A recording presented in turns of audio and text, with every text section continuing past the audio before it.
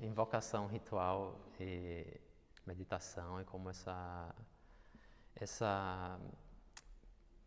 aproximação do trabalho, da produção, da prática através desses métodos de mudança de vibração entre da relação minha com a realidade, né, faz com que isso seja entendido como práticas espirituais. Eu entendo que o modo como eu me concentro no trabalho ou me isolo, acho que a gente vai falar mais adiante sobre essa vida no meio da floresta, também provoca esse tipo de método, mas eu acredito que o desenho e o traço, o rabisco, ele produz por si só, pela repetição que esse gesto tem, pela natureza repetitiva, ele provoca um estado meditativo e que leva a um outro tipo de relação com o tempo e com a sua presença ali.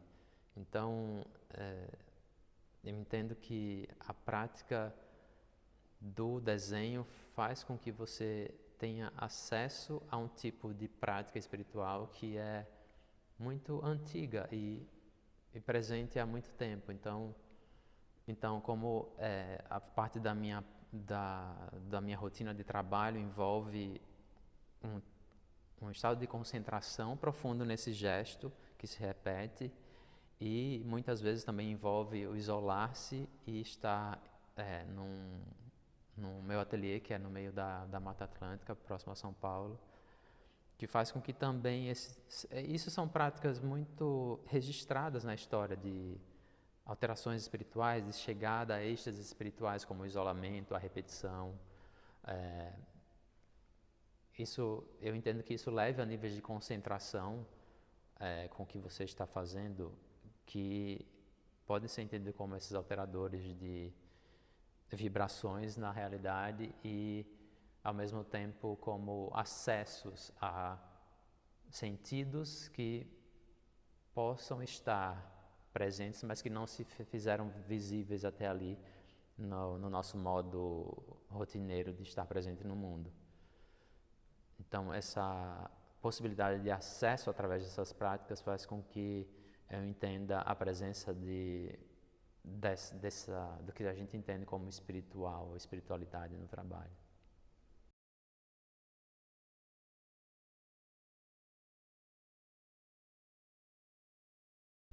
Bom, eu acho que a influência de trabalhar no meio da Mata Atlântica, o que ainda existe dela, te expõe a um tipo de lógica e de sentido que às vezes na cidade é mais difícil de encontrar. Eu entendo que a filosofia helenística ali na Grécia Antiga falava como um dos ideais deles era a vida de acordo com a natureza, que é até uma espécie de conceito filosófico que é o kataphysin, que significa viver de acordo com a natureza. E aí, é claro, a gente pode se perguntar o que é viver de acordo com a natureza e que natureza é essa, como que é o entendimento de natureza. Então, eu entendo que a vida no meio da mata me proporciona estar mais próximo de uma espécie de vibração ou de frequência ondular que é mais próxima de uma presença constante em que as coisas estão se transformando, se influenciando, nascendo, morrendo, de maneira tal que é tão próxima é tão menos mediada essa vibração e essa frequência entre essa própria frequência na natureza e o sujeito ou a pessoa que está lá trabalhando, fazendo um trabalho de arte, que é mais possível ter acesso a isso e trazer isso para o trabalho e para uma linguagem visual. Então, muitas vezes eu estou trabalhando pensando que o ambiente está presente, está se tornando presente no que eu estou fazendo, mas não necessariamente de um modo em que eu esteja reproduzindo formas e figurações encontradas ao meu redor, mas é muito mais, o que me interessa muito mais é encontrar, me abrir, abrir esse processo de maneira tal que eu não controle tanto ele e esse ao redor, esse logos, esse sentido encontrado ali de muita presença e fertilidade se apresente através da prática desse gesto e desses materiais. Então, acredito que seja principalmente por isso porque também ao mesmo tempo isso pode parecer até uma coisa muito exaustiva e ficar muito próximo desse tipo de frequência, mas é muito claro para mim que ali existe então um espaço, uma realidade, uma dimensão em que todas as coisas estão acontecendo, se alterando, mas ao mesmo tempo é muito acolhedor, é muito tranquilizador, justamente para que você consiga lidar com isso e até enfrentar questões muito difíceis que você mesmo traz consigo. Quer dizer, quando você está isolado no mato, você também enfrenta os seus maiores fantasmas, porque só tem você e seus pensamentos. Não tem distração, né? Então, ao mesmo tempo ali é um lugar de tranquilidade, não é só isso. Eu acho que é um ambiente realmente assim como um ninho em que você pode dar espaço e honra para todas as coisas que acontecem na sua mente, sem precisar ficar ansioso, angustiado com isso. E ao mesmo tempo entendendo que o ao redor está presente nessa ação de se abrir e não controlar com intenções e projetos e planos o que está acontecendo.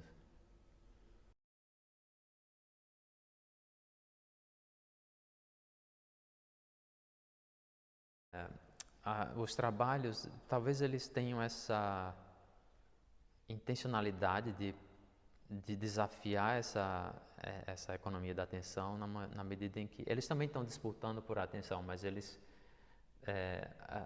fazem com que eles são trabalhos pequenos, então também é uma espécie de desobediência a esse falocentrismo em que os trabalhos têm que ser gigantes e produzirem esse impacto assim pela grandiosidade material mesmo da coisa. Então, em desobediência a isso, os trabalhos são pequenos, eles remetem a essas formas de livros ou de enigmas, de quebra-cabeças e palavras cruzadas em que você é estimulado a uma pergunta, como nas palavras cruzadas, os cantos também, né? Você é estimulado por uma pista a encontrar um significado, a encontrar um sentido e aí preencher aqueles vazios. Então, tanto os cânticos quanto as telas pequenas, eles de maneiras diferentes, eles convidam a essa relação que se quer aprofundada. E eu também acredito que o trabalho ele acumule através de repertório, ou de experiências e de sentidos, de leituras, de ideias, ele acumule densidade e de tempo também, né, dedicado. Às vezes ele, por ser menor, ele acumula com muita densidade essas coisas, e não necessariamente expandindo fisicamente o espaço.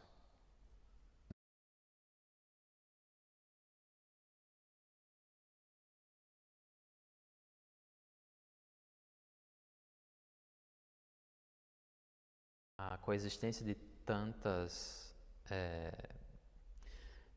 mundos num mundo só, eu entendo que, às vezes, quando eu vou pensar nisso também, parece que a gente começa a refletir sobre a história da cultura e sobre o que é a cultura e a experiência de vida hoje, assim, né? O dia a dia de qualquer pessoa hoje. Como as coisas coexistem, quer dizer, eu posso ser a pessoa que está isolada na mata, mas tem acesso ao Wi-Fi e está se distraindo, escutando um podcast que foi lançado hoje e que está, ou uma música que está viral no TikTok. É a mesma pessoa e também eu entendo que existem diversos pensadores e antropólogos lidando com essa ideia de multiversos e muitos mundos coexistindo, porque daí você entende também que a ideia de um universo e de um só modo de ser talvez fosse colonialista demais, e agora a gente entende que o nosso olhar era muito colonial, no sentido de eleger um só mundo como o mundo é legítimo e relevante. E, ao mesmo tempo, por interesse pessoal, também acabo muito fascinado por todas as coisas que mobilizam a nossa atenção nessa presença viva hoje. Então, quando eu vou fazer os desenhos, eu me abro para as possibilidades de sentido e de práticas, como eu disse, que há uma abertura para não controlar e deixar as coisas acontecerem, todas essas coisas vão vindo. E aí, acho que o olhar e a intuição, o próprio repertório visual tremendo que a gente pode ter hoje em dia, vendo tanto, né? É um momento em que o olho está sempre muito hiperestimulado, mas é nessa hora essas coisas vão vindo para acontecer, esses desenhos, essas cores, essas gestualidades. E então eu acho que o repertório visual meu vai sendo decisivo para encontrar essa coexistência de maneira que me pareça satisfatória, né? Eu acho que é nessa hora que realmente a gente tem que, como sujeito e convocado a tomar decisões. E eu entendo que então o que eu já vi e já li e já vivi é chamado para escolher de que maneira esses arranjos vão coexistir, né? Eu, como acabei que quando me tornei artista também já vinha com uma formação muito diversa que passava pela filosofia, pela antropologia e essas coisas acabam contando bastante, eu acho, na hora que a gente vai criando critérios, né? E a filosofia, por exemplo, ela é formadora de um pensamento crítico profundo mais que qualquer coisa. Então, a hora em que eu vou olhar para o que está acontecendo no meu ateliê, existe um pensamento crítico profundo para tomar as decisões.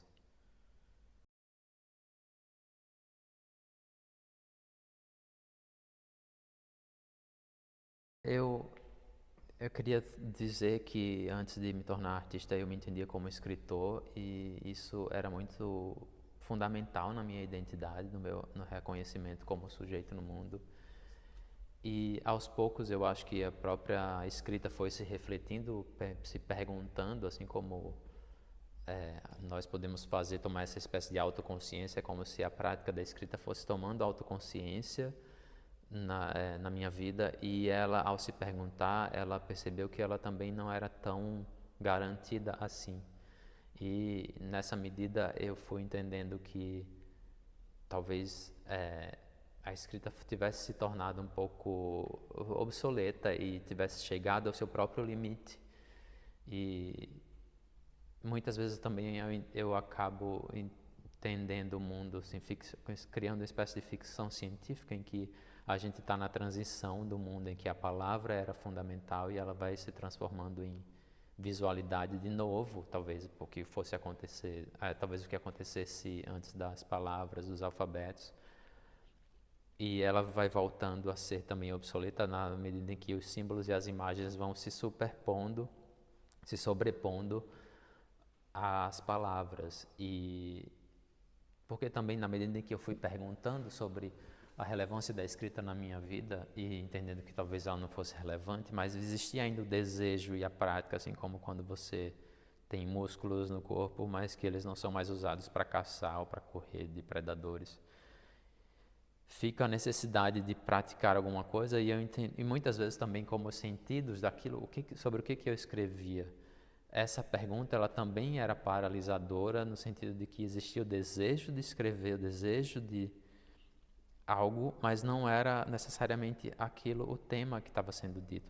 Tinha sempre algo mais que não estava sendo dito ou que não estava sendo suficientemente bem expressado. E na medida em que esse gesto da escrita, que é no caderno você escreve com a mão, e aquilo é como se aquelas palavras, aquelas frases organizadas e bidimensionais, elas de repente desobedecessem a esse princípio e começassem a deslizar e formar outras coisas e descobrir que poderia muito mais.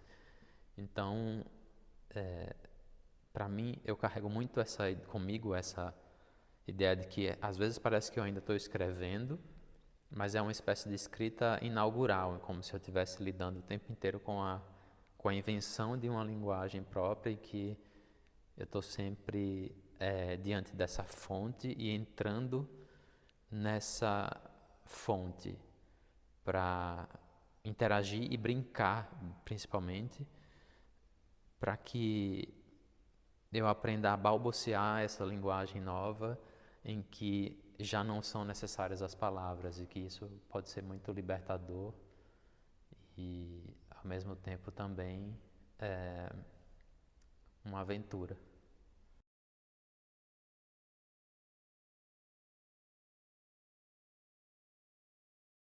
Os materiais que eu uso, eles começaram com uma característica, que era coisas que já estavam prontas.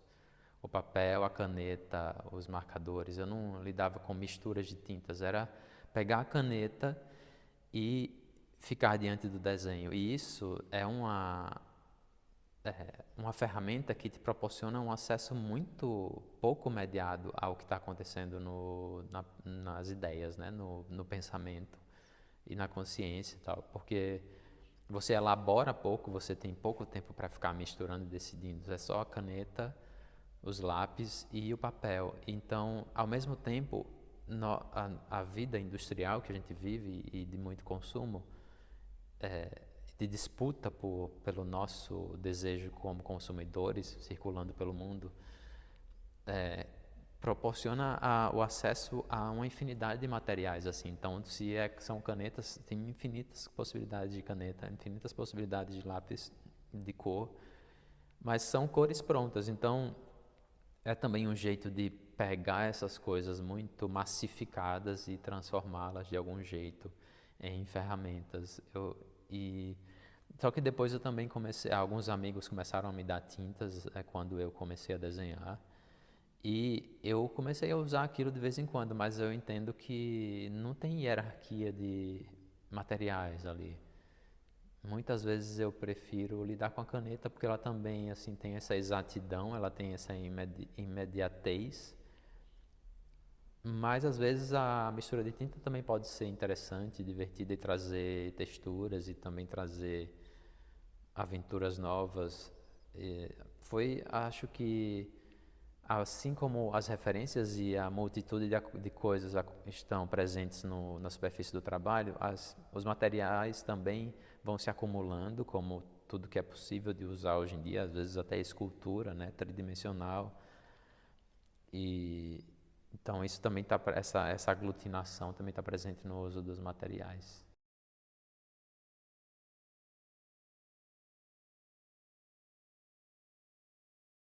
O começo dos trabalhos depende muito de que tipo de trabalho está sendo feito. Se são desenhos, ou como os cânticos, muitas vezes eu começo, não tem um ponto específico, eu começo às vezes até sujando um pouco o papel para provocar estímulos gestuais, cromáticos e formais. E aí, às vezes, no mesmo dia, algumas horas depois, eu estou trabalhando em outra área do desenho, então mudo o papel e vou trabalhar em outra, depois volto para aquele, depois olho a distância. Não tem nenhum tipo de linearidade em começo, meio e fim. E isso é muito importante para dar essa multitude de acontecimentos dentro, né, na superfície. Por outro lado, se eu estou trabalhando com telas pequenas, aí já os jogos de decisão são mais importantes, então eu fico muito mais produzindo formas e interações entre formas em cadernos, até chegar a coexistências que me interessem e me pareçam férteis, e aí a partir disso eu posso começar a testar cores no desenho também, pintar com lápis de cor e ver como aquilo acontece. A partir disso, a espécie de reescrita poética, eu vou para a tela, que é preparada, e começo a usar aquelas formas e aquele desenho na tela. Então, nas telas pequenas, acho que existe até esse risco maior, então, de ter que tomar uma decisão e um adensamento de sentidos e de formas, até que eu acho que vale a pena trabalhar com uma composição. E aí também deixo que algumas surpresas aconteçam, quer dizer, o uso de materiais ou às vezes mudanças de cores, não tenho um controle total na hora que eu vou para a tela em relação aos desenhos anteriores feitos em papéis, em cadernos. Existe uma economia também entre aventura e previsibilidade, entre familiaridade e, e terror diante do desconhecido.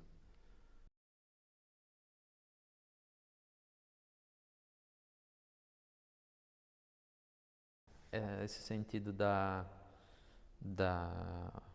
do slow looking, né? Como algo que você vai fazer num tempo diferente, tempo mais lento.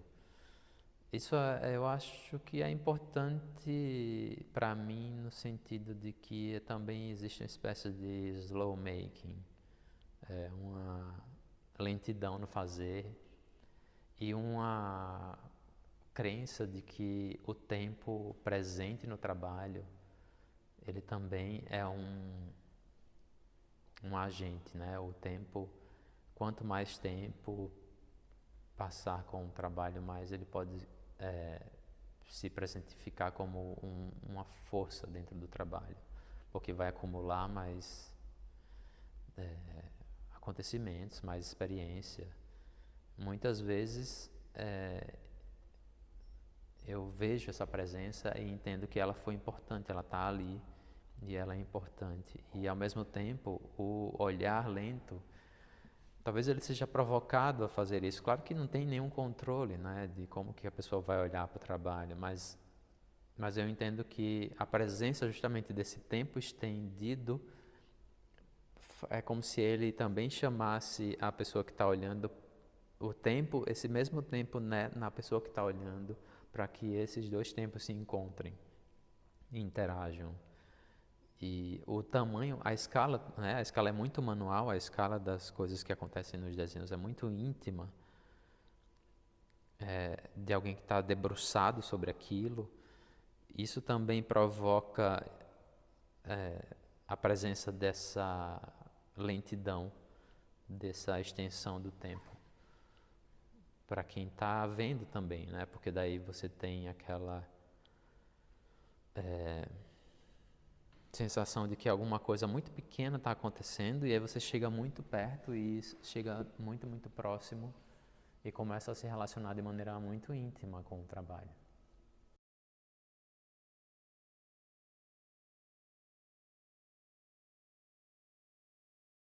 Sim, eu comecei a trabalhar com essa forma de livros abertos recentemente para essa exposição especificamente, porque eu justamente estava pensando nessa coisa da economia da atenção, a disputa por atenção e a necessidade do nosso mundo de achar que só as coisas gigantescas merecem o reconhecimento como coisas relevantes, impactantes, tremendas. Mas quando você está andando na floresta, muitas vezes a coisa menor possível que te surpreende te fascina, porque se você olhar para a floresta como um todo, ela é uma multitude de verdes e difícil distinguir surpresas, mas se você fica por muito tempo, se você entra nesse universo de fertilidade, de multitude por muito tempo, por um bom tempo, quanto mais tempo você fica, mais as coisas menores começam a despertar sua atenção e sua surpresa.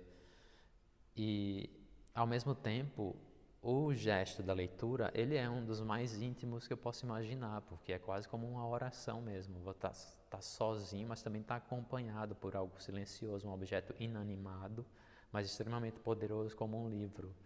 Então, quando você abre e se concentra e lê, e aquilo que está em silêncio altera seu pensamento e faz com que você entenda algo que está sendo dito, mesmo no silêncio e na solidão, eu acho isso extremamente poderoso e eu queria trazer isso também, porque de fato a leitura talvez seja uma das coisas mais frequentes para mim, assim como comer.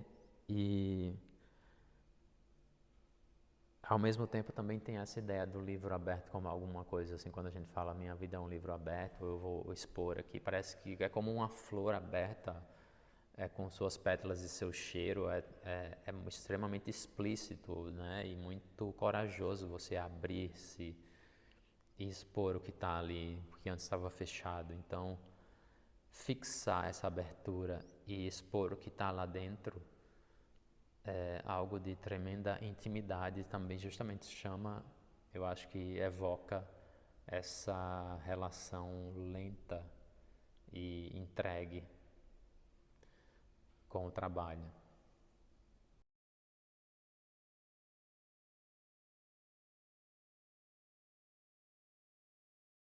Eu acho que de maneira muito espontânea as cores vão aparecendo, como acredito que seja uma formação muito primordial, e às vezes se reconhece isso como algo característico da arte do Brasil. Eu entendo que, assim, posso pensar em, eu acho que realmente a exposição a cores e a luz, a saturação das cores no lugar de onde eu venho, que é numa cidade do litoral do Nordeste do Brasil, a luz é muito intensa, né, pela localização geográfica desse ponto. E existe, claro, a gente pode falar de floresta tropical, mata atlântica, mas também principalmente dessa incidência solar sobre o mundo, sobre as coisas. Então, tudo é muito estourado, vívido e disputa a captura da sua atenção. E então, muitas vezes eu também me pego fascinado por as coisas, não só estando lá na minha cidade natal, mas também onde quer que eu esteja, eu sinto que a superfície das coisas ela é muito atraente e me faz ficar fascinado também como o que tem de poderoso nessas coisas e por que elas chamam a nossa atenção e que mistério que está guardado nesse tipo de poder.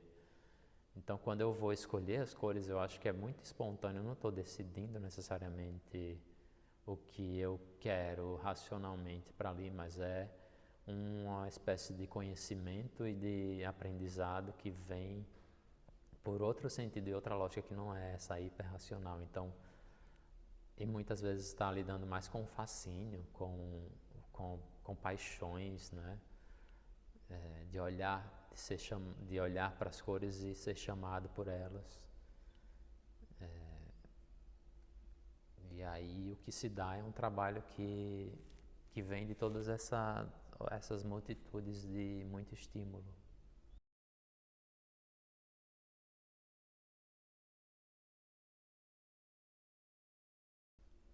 Acho que a tecnologia ancestral, para mim, tem um significado de, bom, pensar na tecnologia como uma habilidade e prática,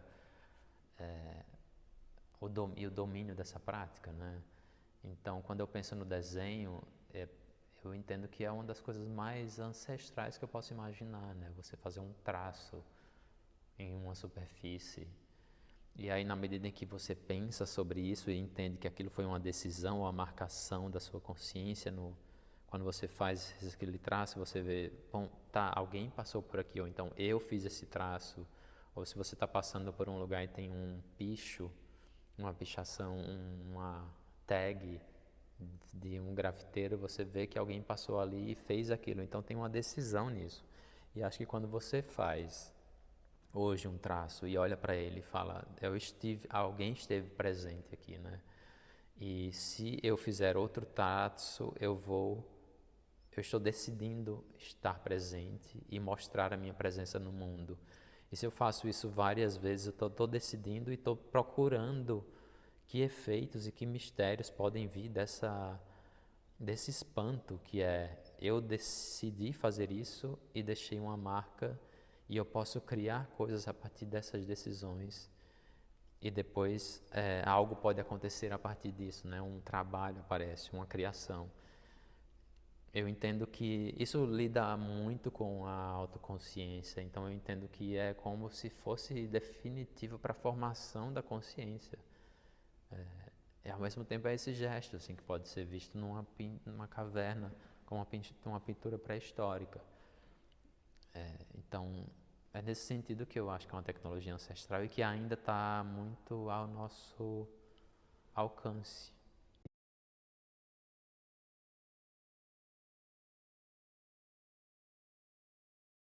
Estava ansioso por essa pergunta porque eu queria falar sobre essa decisão de fazer desenhos, de fazer pinturas de desenhos e de dedos grandes nas paredes.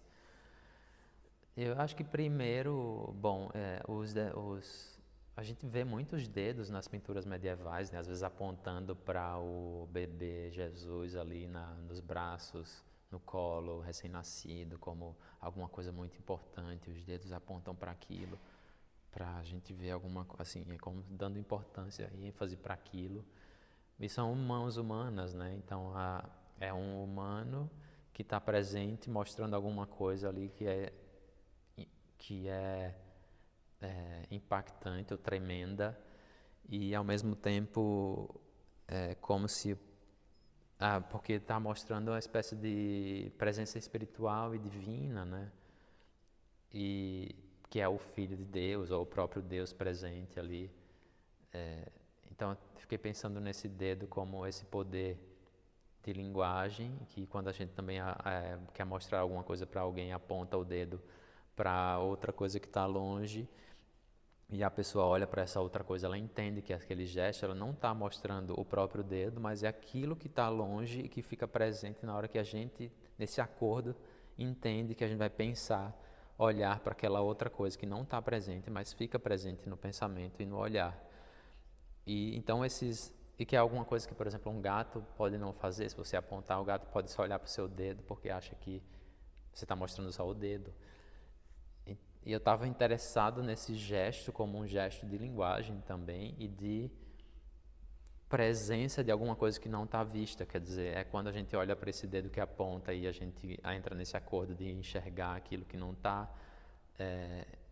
Você está fazendo com que alguma coisa se materialize. E eu acho que essa própria ação de pensamento abstrata, ela também é uma espécie do menino Jesus, do grande, uma presença divina, né? Uma presença do invisível. E ao mesmo tempo, então esses desenhos de dedos, eles têm a ver com isso, mostrando, chamando, também convidando para a gente olhar de perto essa coisa. Ao mesmo tempo tem o jogo das escalas, que me era muito interessante, quer dizer, o dedo, a coisa pequena, miúda, e em relação aos trabalhos, eles trocam de posição, né? Os trabalhos são muito pequenininhos e os dedos são muito grandões. E porque eu também queria justamente jogar com essas noções de tamanho como alguma coisa muito mutável em relação ao que realmente é importante, relevante e o que não é.